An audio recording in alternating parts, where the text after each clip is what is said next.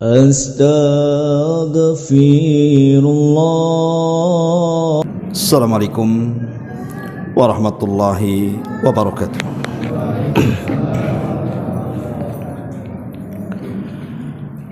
Innal hamdalillah nahmaduhu wa nasta'inuhu wa nastaghfiruh wa na'udzu billahi min syururi anfusina wa sayyiati a'malina. May yahdihillahu fala mudilla lahu wa man yudlil fala hadiyalah.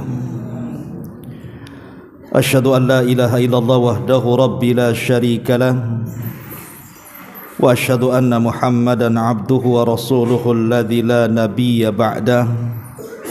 Amma ba'du.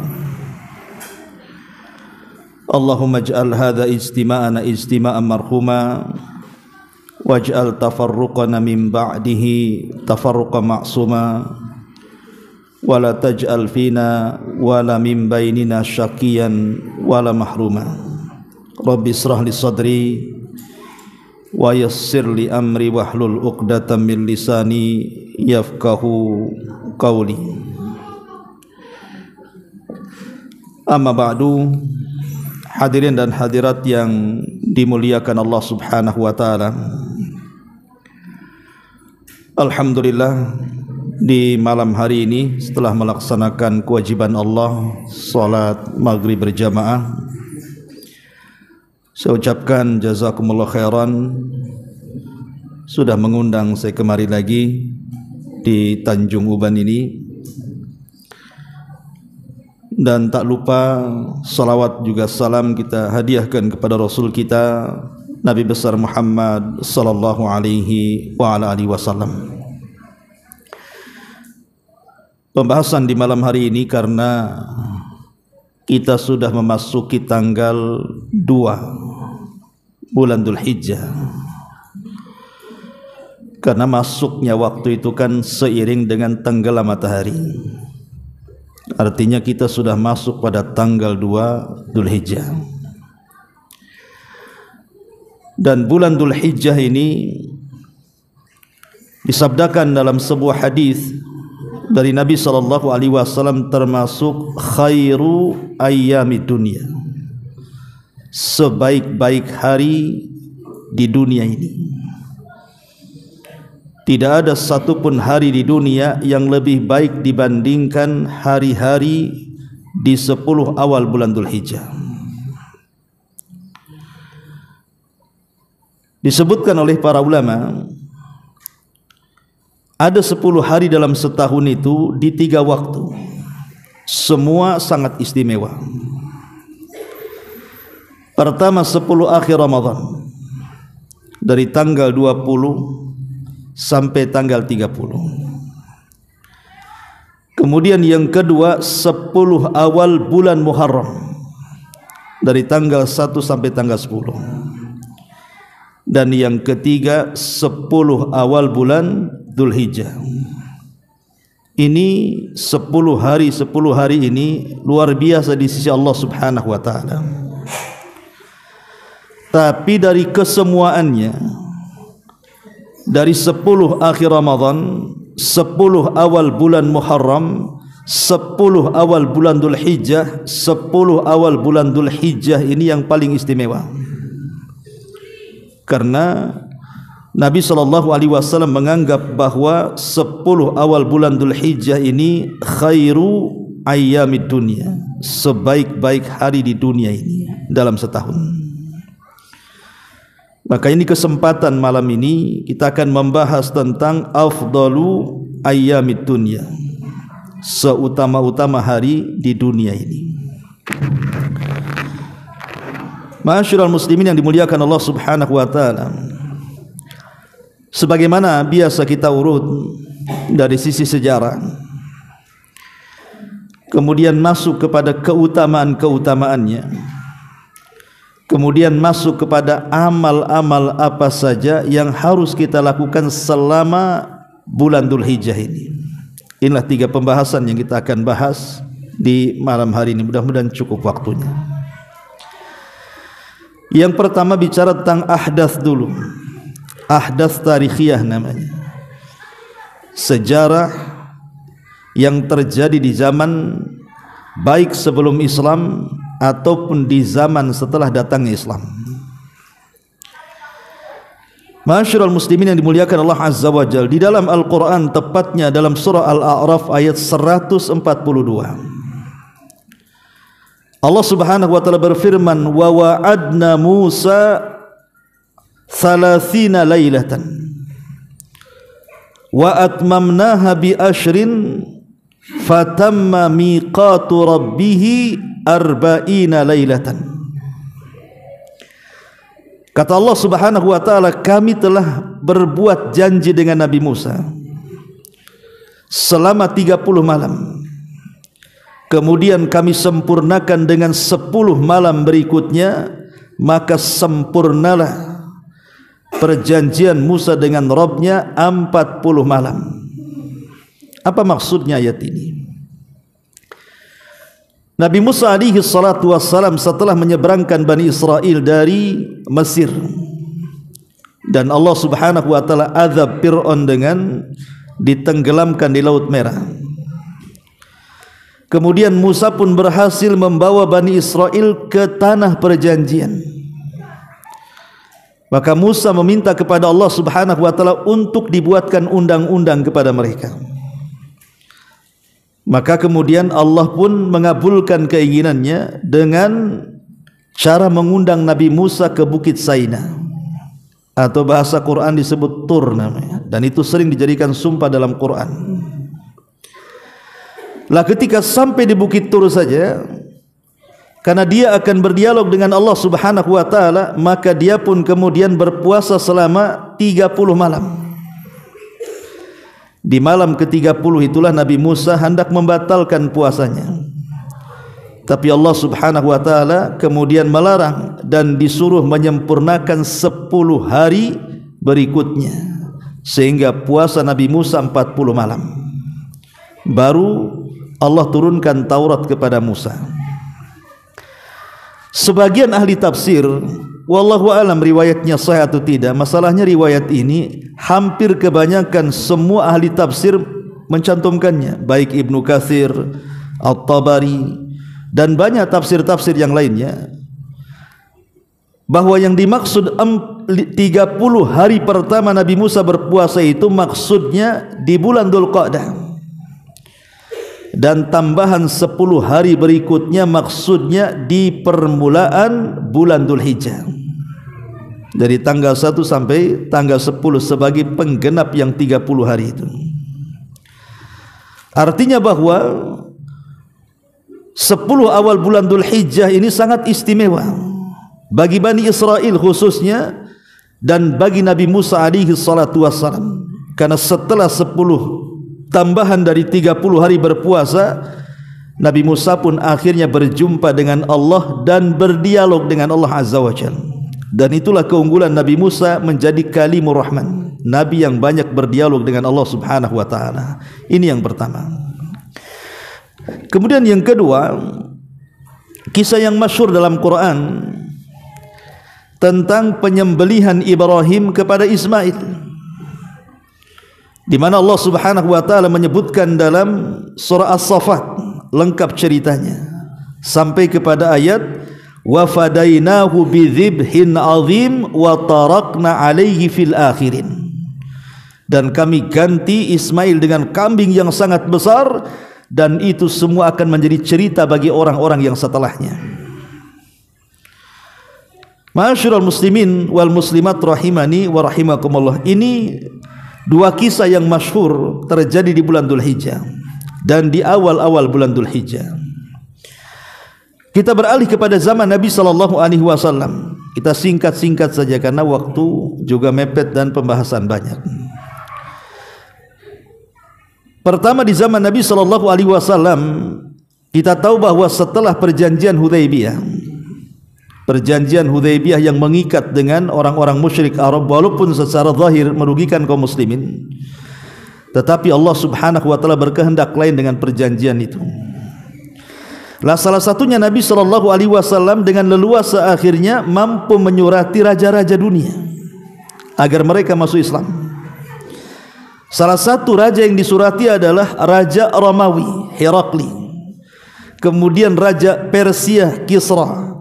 Kemudian Raja Mesir, Muqawqus. Termasuk juga Raja Ethiopia, An-Najasyi. Lah pengiriman delegasi-delegasi untuk mengirim surat kepada raja-raja supaya mereka masuk Islam, itu terjadi di bulan Dzulhijjah. Dan kita tahu pengaruh surat itu luar biasa. Karena pengaruh surat itu kan menandakan bahwa Islam mulai tersebar ke seantero dunia. Bayangkan akibat surat itu Najasyi masuk Islam. Raja Najasyi kan masuk Islam dengan surat itu. Kemudian juga Herakli itu juga akhirnya mengakui bahwa Nabi SAW itu seorang Nabi, walaupun dia tidak memasuk Islam karena takut runtuh kerajaannya. Tapi pengakuan kepada Nabi SAW dia seorang Nabi didengar Abi Sufyan yang ketika itu masih musyrik.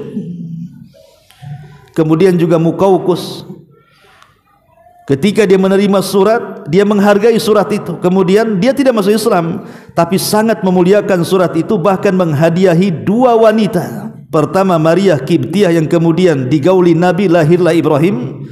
Yang kedua Sirin yang kemudian diberikan Rasul kepada juru syairnya Hasan ibn Thabit radhiyallahu an. Lah peristiwa pengiriman surat-surat itu terjadi di bulan Dzulhijjah. Kemudian juga peristiwa lain adalah menikahnya Ali radhiyallahu an dengan Fatimah. Menikahnya Ali radhiyallahu an dengan Fatimah itu pun terjadi di bulan Dzulhijjah. Kemudian lahirnya Ibrahim, putra yang terakhir dari Nabi SAW. Nabi itu punya 3 putra, 2 dari Khadijah, 1 dari Maria Kibtiyah. Dari Khadijah namanya Qasim, putra pertama. Kemudian setelah diangkat jadi Nabi, lahir lagi 1 anak laki-laki namanya Abdullah, tapi dua-duanya mati di waktu bayi. Setelah hijrah Nabi SAW ke Madinah, kemudian menggauli Maria Kibtiyah, lahirlah Ibrahim. Lah kelahiran Ibrahim ini putra terakhir Rasul itu terjadi di bulan Dzulhijjah, tapi sayang di usia 1 tahun 8 bulan dia pun meninggal. Kemudian juga wafatnya Muawiyah bin Abi Sufyan. Dan Muawiyah bin Abi Sufyan ma'ruf, dia penulis wahyu Nabi.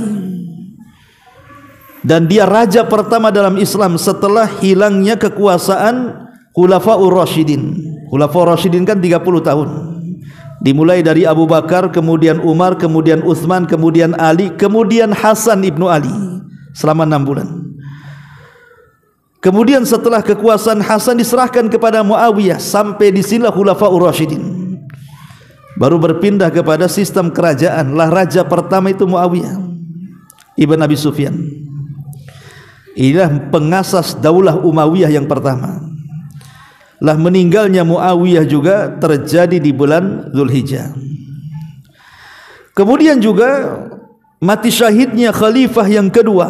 Siapa khalifah kedua? Umar bin Khattab radhiyallahu anhu, sebagaimana disebutkan dalam kitab Al-Mu'jamul Kabir bahwa Umar bin Khattab radhiyallahu anhu itu meninggal di tanggal ataupun di bulan Dzulhijjah karena ditusuk oleh seorang majusi namanya Abu Lu'lu al-Majusi saat mengimami salat subuh. Lah meninggalnya itu di bulan Dzulhijjah. Termasuk juga mati syahidnya Khalifah Utsman ibn Affan. Utsman bin Affan dibunuh oleh siapa? Oleh anak-anak muda yang terpengaruh dengan isu hoknya Abdullah ibn Saba, sehingga gerombolannya disebut Sabaiyah.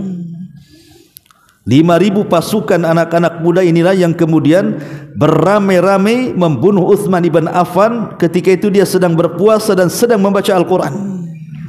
Lah meninggalnya Utsman itu juga terjadi di bulan Dzulhijjah. Termasuk juga meninggalnya cucu Nabi. Meninggalnya cucu Nabi Husain itu pun di bulan Dzulhijjah. Ada juga yang mengatakan di bulan Muharram, ada yang mengatakan di bulan Dzulhijjah. Termasuk juga Islamnya Khalid ibn Walid yang disebut dengan Saifullah, pedangnya Allah, itu terjadi di bulan Dzulhijjah tahun ke-7 Hijriah. Artinya Khalid masuk Islam itu setelah 20 tahun. Nabi SAW kan di Mekah 13 tahun. Dia enggak tertarik masuk Islam. Kemudian Rasul hijrah tahun pertama, kedua, ketiga sampai Rasul 7 tahun, berarti sudah lewat 20 tahun baru hidayah masuk ke qalbunya Khalid bin Walid, baru masuk Islam dia. Sehingga dari jarak keislaman dia dengan wafatnya Nabi SAW itu hanya 3 tahun lebih saja, karena Rasul kan wafat pada tahun 11 Hijriah kan. Tetapi walaupun demikian, keislaman Khalid ini memperkuat Islam, karena setelah dia masuk ke dalam Islam dan ditunjuk untuk selalu memimpin perang, tidak pernah terjadi kekalahan dalam perangnya. Sehingga hampir-hampir di zaman Umar itu melihat ada keguluhan para sahabat, terlampau menyandarkan kemenangan kepada Khalid, maka di zaman Umar Khalid kemudian diberhentikan jadi panglima perang, diganti oleh Abu Ubaidah ibnul Jarrah, supaya orang itu jangan hatinya kemenangan seolah-olah kalau ada Khalid menang, kalau tidak ada enggak menang. Itu kan bahaya, itu akan mempengaruhi tauhid. Makanya Umar mengganti dengan Abu Ubaidah ibnul Jarrah. Dan juga sejarah haji juga terjadi di bulan Dzulhijjah. Inilah sejarah-sejarah secara singkat. Termasuk juga kalau sejarah-sejarah setelahnya, sejarah yang sangat mencekam ya, pembantaian orang-orang Syiah Qaramitah, kemudian membantai jemaah haji. Orang-orang Syiah Qaramitah itu kan pernah datang membawa pasukan dari Bahrain, kemudian membantai orang sedang jemaah haji. Bayangkan, sampai haji-haji itu yang sedang tawaf, mereka kemudian bergelantungan di kiswah Ka'bah pun dibantai semuanya. Sebagian dimasukkan ke sumur Zam-Zam, sebagian dilempar kemana-mana, sampai dia cungkil Hajar Aswad, kemudian dibawa ke Bahrain selama 2 tahun. Hilang tuh Hajar Aswad, pernah dicungkil orang-orang Syiah tuh, Syiah Qaramitah namanya. 2 tahun hilang. Tapi setelah banyak bencana di Bahrain itu dibalikan akhirnya, balikan lagi ke Mekah. Dan itu pembantaian jemaah haji itu terjadi juga di bulan Dzulhijjah, karena mereka sedang haji ya. Ini yang sadis lah ya. Ini diantara beberapa sejarah yang terjadi di bulan Dzulhijjah. Baik, kita masuk apa keutamaannya. Ma'asyiral muslimin wal muslimat rahimani wa rahimakumullah. Di dalam hadis Nabi SAW, dalam sebuah hadis, dan hadis ini disahihkan oleh Syekh Nasiruddin Al-Albani rahimahullah ta'ala, dan dikeluarkan oleh Imam Al-Bazzar dengan sanad yang hasan, dari sahabat Jabir bin Abdullah radhiyallahu anhu, Nabi SAW mengatakan, afdalu ayyamid dunya al-ashru, seafdal-afdalnya hari di dunia adalah al-ashru.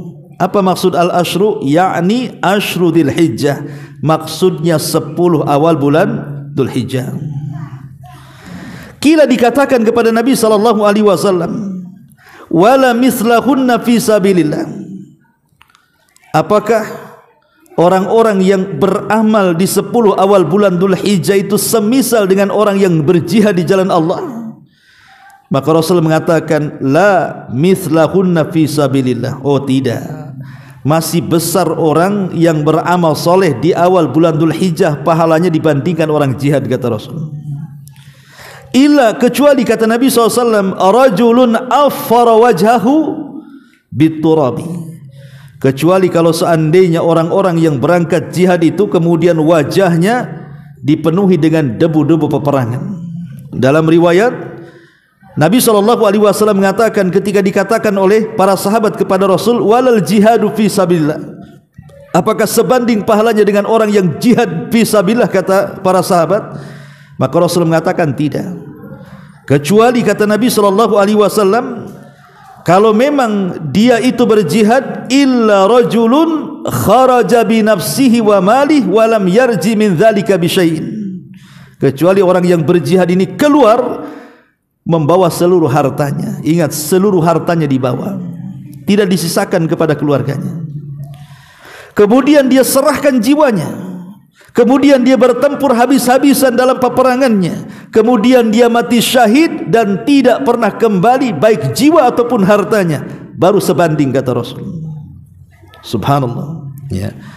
Begitulah keutamaan 10 awal bulan Dzulhijjah. Semua amalan yang dilakukan di bulan Dzulhijjah itu pahalanya lebih besar dibandingkan jihad. Salah satunya antum sini. Antum ni thalabul ilmi ni malam ini. Duduk di majlis ilmu. Maka dengan datangnya antum di sini ni, walaupun hanya duduk kemudian mendengarkan kajian, maka pahalanya lebih besar dibandingkan orang yang sedang berperang. Anggaplah hari ini kawan-kawan yang ada di Palestina berperang melawan siapa? Zionis Yahudi. Mengangkat senjata. Antum di sini mengangkat pena. Yang bawa pena, yang tak bawa pena ya tak ngangkat-ngangkat lah, dengerin aja. Kan itu. Tetapi pahala kita jauh lebih besar kata Rasul. Yang duduk di majelis taklim itu lebih besar, kecuali kalau jihadnya sama-sama di bulan Dzulhijjah kan itu. Tentu dia mendapatkan keutamaan waktu. Tapi kalau berperang di luar bulan Dzulhijjah, umpamanya mereka sedang berperang di bulan Safar atau di bulan Rabiul Awal atau di bulan Syawal, sementara kita ngaji di sini, itu pahalanya lebih besar kita dibandingkan mereka. Atas lisan Rasul. Bahkan bukan hanya itu, Ibnu Taimiyah rahimahullahu ta'ala, lebih daripada itu. Bahkan orang yang beramal di 10 awal bulan Dzulhijjah itu pahalanya lebih besar dibandingkan orang yang beramal di bulan Ramadan. Kurang apa coba keutamaan bulan Ramadan itu? Di sana ada 10 awal, 10 tengah dan 10 akhir Ramadan. Dan puncak daripada Ramadan di 10 akhirnya. Tetapi 10 awal bulan Dzulhijjah mampu menandingi 10 akhir Ramadan. Kenapa? Pertanyaannya. Al-Hafidz Ibnu Hajar Al-Asqalani, seorang alimin ulama Syafi'i ma'ruf. Ibnu Hajar, kalau antum baca karya-karyanya Bulughul Maram, itu kan karya-karya beliau, Ibnu Hajar Al-Asqalani.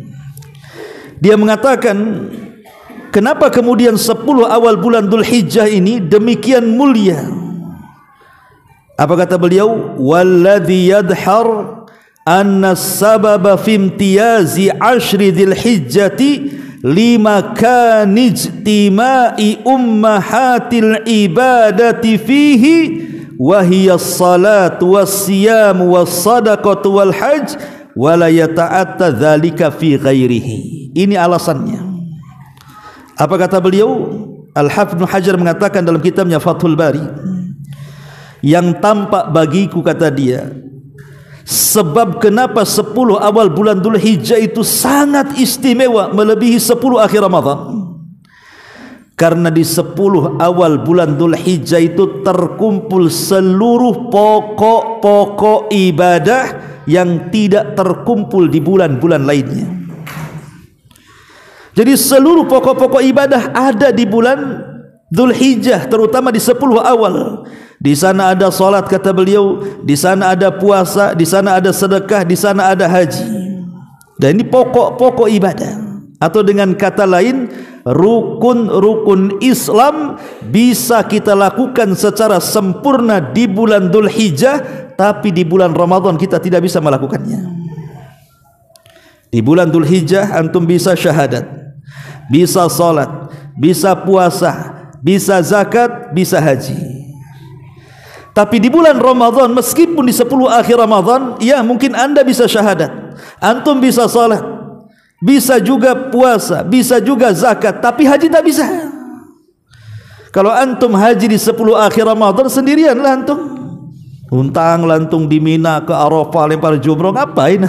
Viral nanti, sangka gila diangkut nanti ya. Karena haji itu ada bulan-bulan yang ditentukan. Bulan haji itu diawali Syawal, Dzulqa'dah, Dzulhijjah, itu disebut bulan haji yang disebut dengan Al-Hajju Ashhurun Ma'lumat namanya. Haji itu ada bulan-bulannya, dimulai dari Syawal, Dzulqa'dah, Dzulhijjah, itu disebut bulan-bulan haji namanya. Lah Ramadan bukan bulan haji, makanya tidak ada Ramadan itu yang haji. Lah disebabkan seseorang bisa menyempurnakan rukun Islam di 10 awal bulan Dzulhijjah, itu pula yang menjadikan 10 awal bulan Dzulhijjah lebih istimewa dibandingkan 10 akhir Ramadan. Tapi Syekhul Islam Ibn Taimiyah rahimahullahu ta'ala memerinci seperti ini. Kalau ditinjau dari malamnya, maka 10 akhir Ramadan jauh lebih utama dibandingkan 10 awal bulan Dzulhijjah.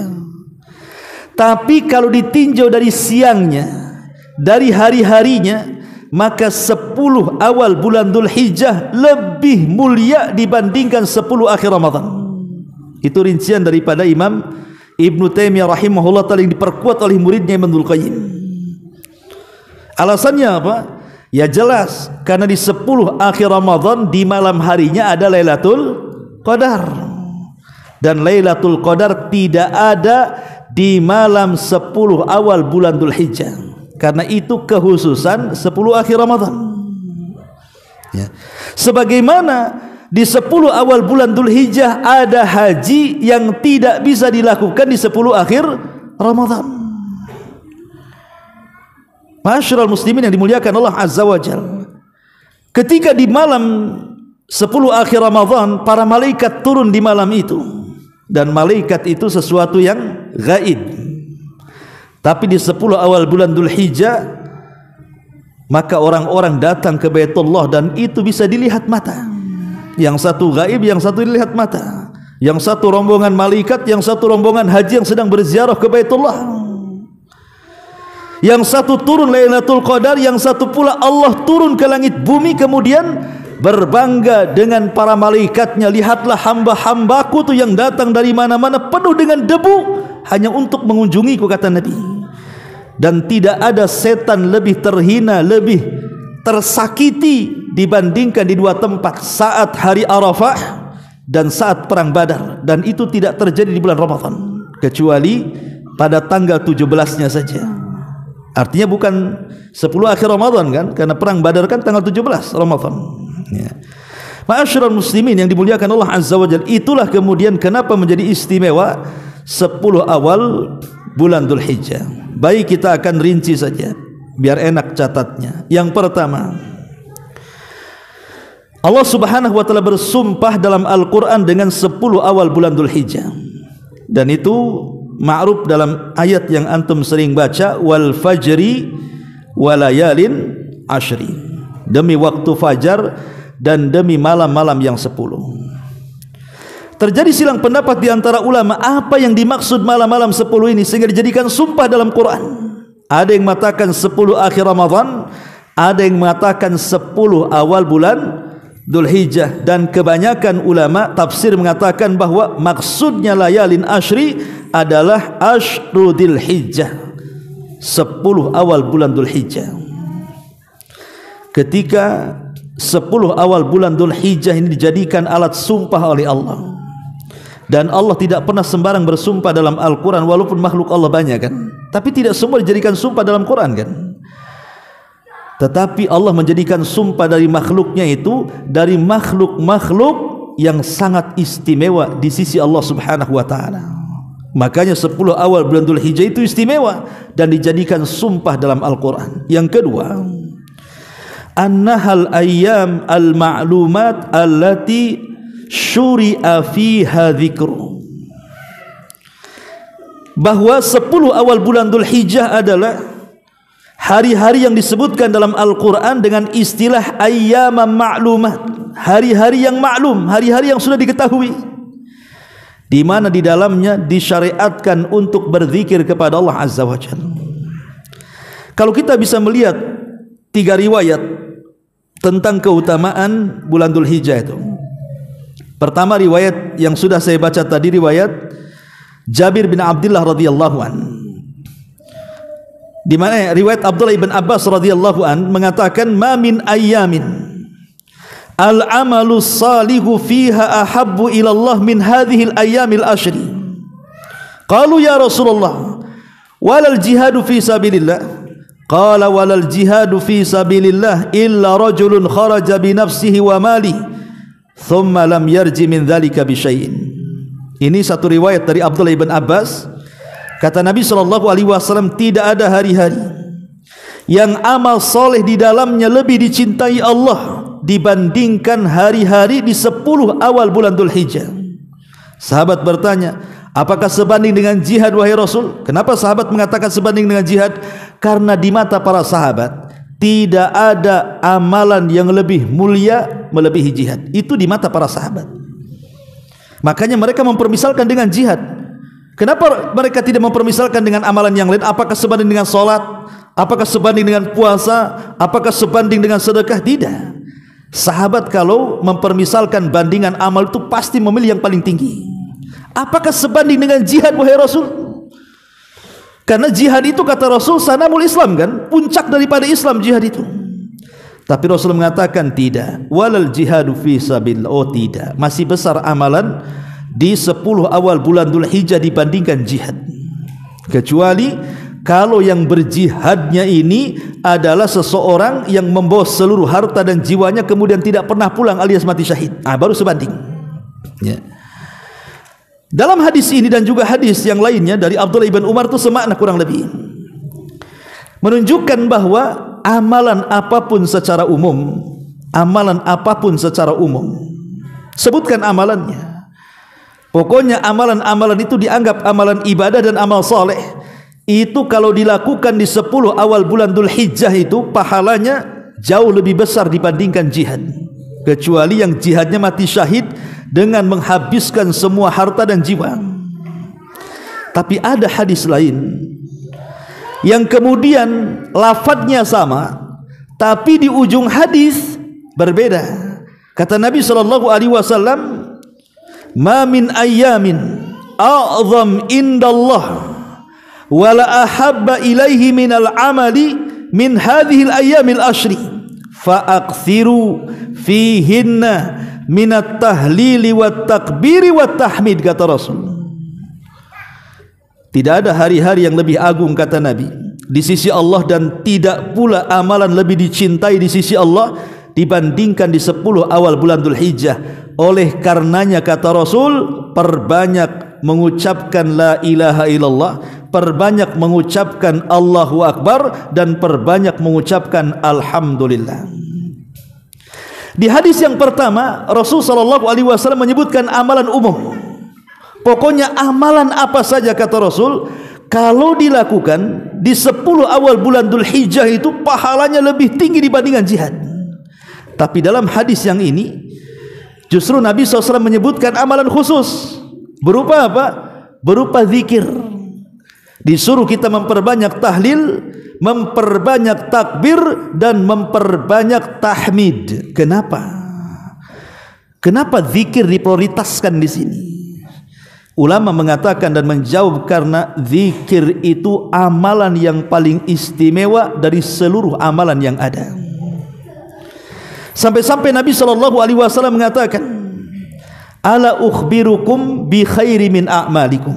Maukah ku habarkan kepada kalian amalan terbaik? Satu, ya, amalan terbaik. Kemudian amalan ini, ala ukhbirukum bi khairi min a'malikum wa arfa'ukum fi darajatikum, bisa mengangkat derajat kalian. Wa azkakum inda malikikum, bisa membersihkan diri-diri kalian di sisi Allah Subhanahu wa taala. Wa khairun lakum min infaqiz zahabi wal warid, lebih baik dibandingkan infak emas dan perak. Wa khairun lakum min antalqau aduwakum fatadribu a'naqahum wa yadribu a'naqakum, dan lebih baik dibandingkan anda berjihad, anda membunuh atau anda dibunuh dalam medan peperangan. Bayangkan amalan ini lebih baik daripada 5 perkara. Amalan terbaik, amalan yang bisa mengangkat derajat, amalan yang bisa membersihkan jiwa, amalan yang lebih baik dibandingkan berinfak dengan emas dan perak, amalan yang lebih baik dibandingkan jihad kita membunuh atau terbunuh. Sahabat bertanya, apa amalan yang punya 5 keistimewaan ini? Maka Rasulullah SAW menjawab, "Adz-dzakirunallaha katsira wadz-dzakirat." Laki-laki dan perempuan yang banyak berzikir. Seolah-olah Nabi SAW ingin mengatakan, penuhilah 10 awal bulan Dzulhijjah ini dengan zikir, gitu maksudnya. Prioritaskan zikir dalam beramal di 10 awal bulan Dzulhijjah. Terutama apa? terutama menggemakan takbir. Karena Allah Subhanahu wa taala yang mengatakan walitukabbirullaha ala ma hadakum, agar kalian membesarkan Allah karena Allah sudah memberikan hidayah kepada kalian. Makanya Abdullah ibn Umar radhiyallahu anhuma dan juga ayahnya Umar ibn Khattab radhiyallahu an, itu kalau datang di 10 awal bulan Dzulhijjah, maka mereka akan bertakbir di sepanjang jalan sampai ke pasar-pasar, sampai ke Mina, sampai seluruh penduduk ikut takbirnya Abdullah ibn Umar dan menggema. Dari sini kata para ulama bahwa takbir di 10 awal bulan Dzulhijjah itu terbagi dua. Ada yang disebut dengan takbir mutlak, ada yang disebut dengan takbir muqayyad namanya. Takbir mutlak itu sudah disunnahkan mulai tanggal 1 kemarin. Tanggal 1 tadi itu, sekarang tanggal 2. Sampai kapan? Sampai akhir hari tasyrik. Berapa akhir hari tasyrik? Tanggal 13 Dzulhijjah. Itu hari tasyrik. Ya. Kalau haji itu tanggal 8 disebut hari tarwiyah, tanggal 9 disebut hari Arafah, tanggal 10 disebut Yaumun Nahar atau Haji Akbar, tanggal 11, 12, 13 disebut hari tasyrik namanya. Lah, bertakbir itu dari tanggal 1 sampai tanggal 13. Ini yang mutlak. Adapun muqayyad, muqayyad ini hanya dilakukan setelah solat fardu. Setelah solat fardu. Kapan dimulainya? Dimulainya dari pagi hari Arafah sampai akhir hari tasyrik. Itu dilakukan setelah solat wajib saja. Dan takbir ini ada dua macam. Ada takbir singkat, ya kita katakan Allahu Akbar, Allahu Akbar. Itu takbir singkat. Pemayantum sambil jalan dari sini Allahu Akbar, Allahu Akbar, Allahu Akbar. Itu singkat. Tapi ada takbir yang lebih panjang dibandingkan hanya sekadar Allahu Akbar. Takbir yang antum pahami, yang sering antum baca di malam Idul Fitri atau Idul Adha.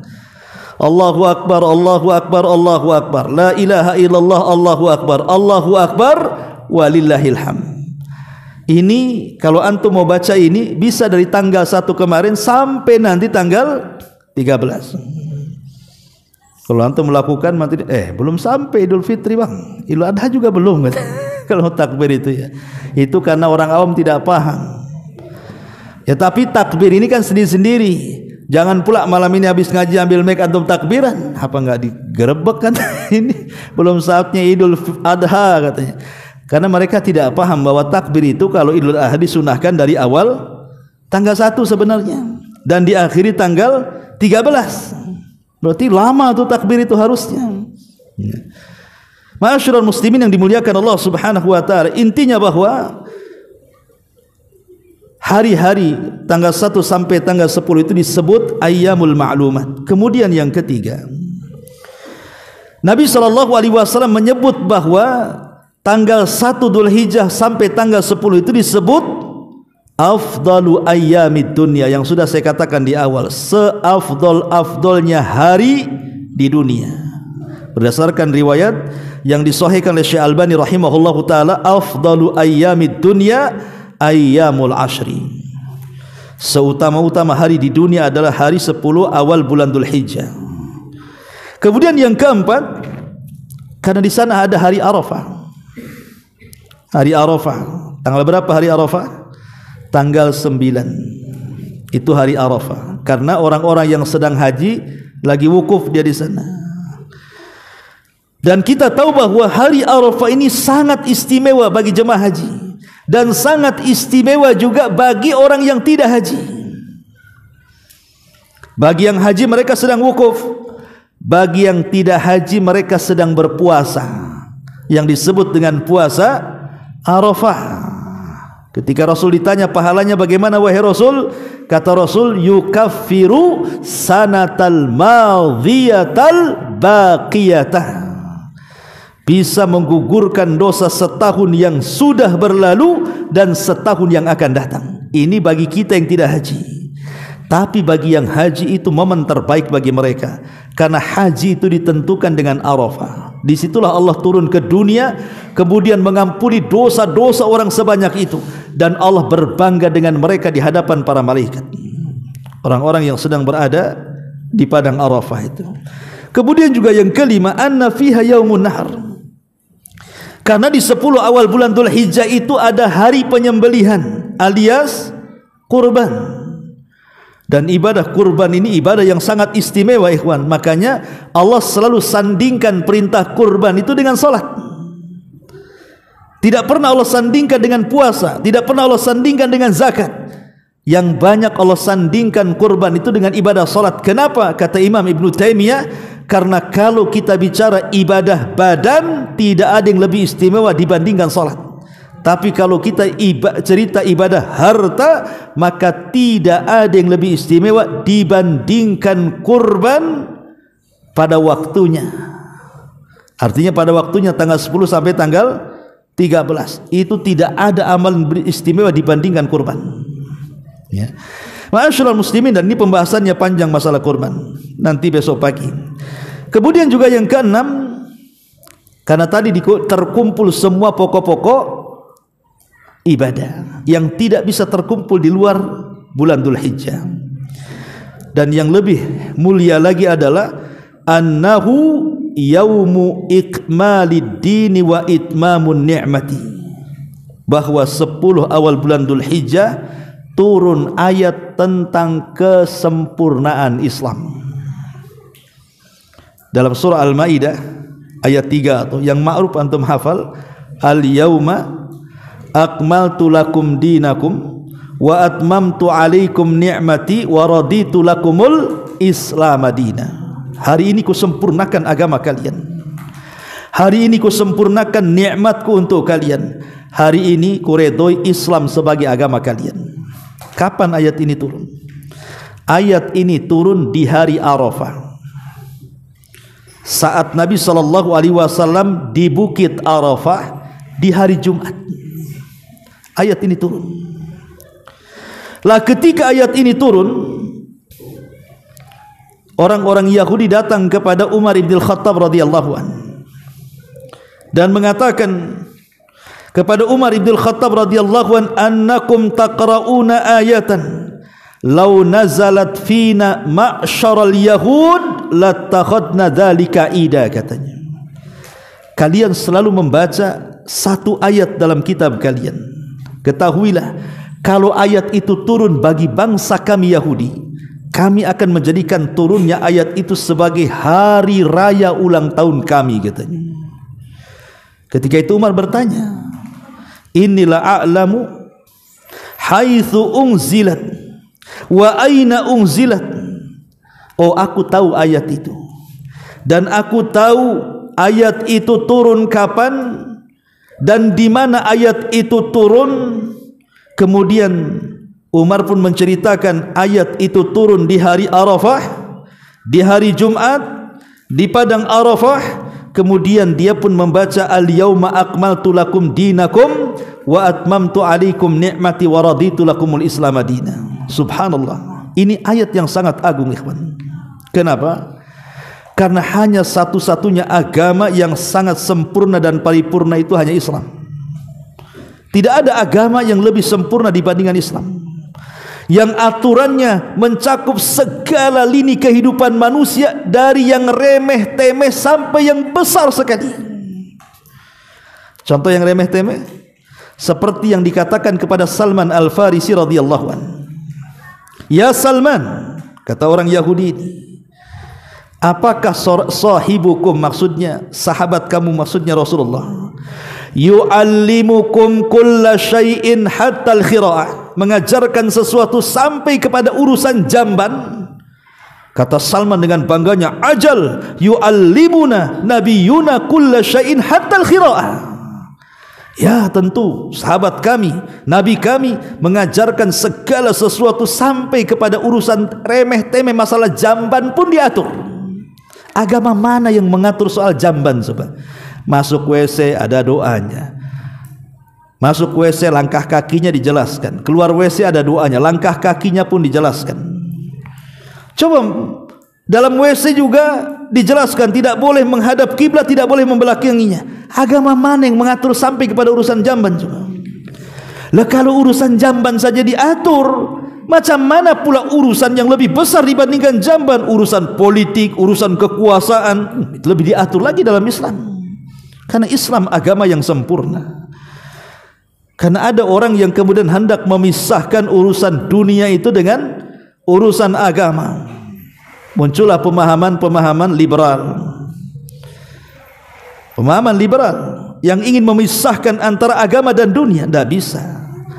Itu perkara yang mustahil dipisahkan. Karena Islam itu mengatur soal urusan dunia juga, bukan hanya sekedar agama saja. Urusan ekonomi ada aturannya, urusan perang ada aturannya, urusan muamalah ada aturannya. Itulah kesempurnaan Islam. Banggalah kita dengan sempurnanya Islam yang tidak berhajat kepada pengurangan dan tambahan. Sudah azan, kita somat tuh. Komat pula. Azan dulu aja. Silahkan azan dulu. Nanti kita lanjutkan sebentar setelah azan.